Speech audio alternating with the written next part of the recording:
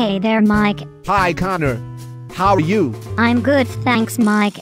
I have been meaning to ask you how your time machine is coming along. It's coming along well, though there are still many hurdles to overcome before I can finally have a test run. There are many dangers associated with building a time machine, but I hope that I've covered all aspects in the model I'm using. Model? Yes, I've based my machine on a model. How come? Well, the model allows me to imitate the time travel process. I can use the model to predict the effect of a change in one of the inputs on the time travel process. Given the complexity of time travel, it is a very tricky model. What sort of model did you use? I used a stochastic model as it recognizes the random nature of variables and so reflects the randomness and uncertainty of time travel. A benefit is that I can run several scenarios based on different inputs and analyze the distribution of results. It sounds very complicated, Mike. Well, naturally it is given what I am attempting, but it is made even harder as I have to consider the model operating in continuous time. Is that because you could time travel to any year, month, or day as opposed to particular times at certain intervals? That is exactly it. Well, how would you know which year you are going to travel to? Again, I can only use a model to make certain projections. I therefore use transition probabilities as my indicators. What are transition probabilities? Transition probabilities allow me to consider the probability of traveling from this year to next year, or the probability of traveling from now to 10 years down the line, for example. Oh, I see. So you used a stochastic model which is time continuous. Yes, but as this is my first attempt at building a time machine, and to keep things simple, I have built it so that it is only possible to travel to two states or places, Mars or Saturn. That said, the machine is built and modeled in such a way so that it is possible to travel to any time on either Mars or Saturn. So in reality you have modeled a continuous time process with a discrete state space. Precisely. This is called a Markov jump process. How much power does the time machine require to function? I'm glad you asked that. As you see, Connor, that is the key to the whole time machine. The power required depends on three aspects. 1. The year you are traveling from. Secondly, the year you are traveling to. And third and finally, the number of years you are looking to travel through.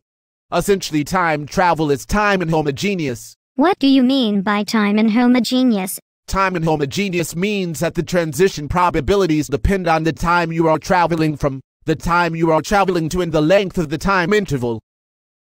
So what you are saying is that if I wanted to travel from now to 100 years down the line, I would have to input today's date and the date to which I want to travel to into the time machine as part of its setup, together with the time difference, 100 years? Well, it is a bit more complicated than that, but that is the general idea. But that is all well and good. But how do you know if I were to use the time travel machine that I will end up in either Mars or Saturn? Well, to be honest, I don't know for certain, but I can determine the probability of moving to a particular planet or state as it is known, using integrated Kolmogorov equations. What are integrated Kolmogorov equations? There are two different types.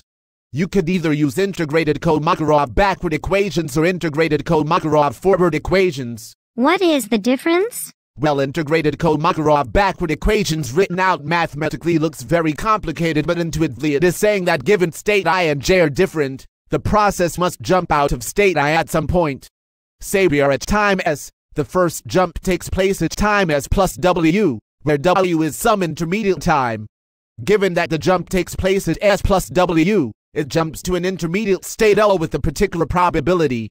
Then finally it remains to effect the remaining transition from state L to state J over time S plus W to time T. And what about the integrated form of the Kolmogorov forward equations? In this case, instead of considering the first jump after time S, we focus on the last jump before time T. Then we can obtain an integrative derivation of the integrated form of the Kolmogorov forward equations.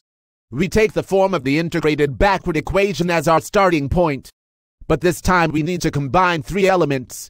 Firstly, transition from state I to an intermediate state K occurs at some point between time S and time T minus W. Next, the jump from state K to state J occurs at time T minus W. Then finally, the process stays in state J for time T minus W to time T.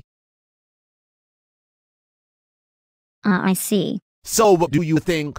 Would you use the time machine if I got it up and running?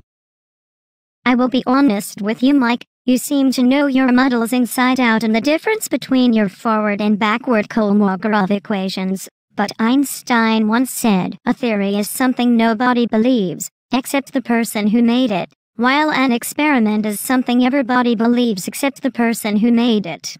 So on that basis, unfortunately, I am going to have to give your machine a miss. But thanks for the offer.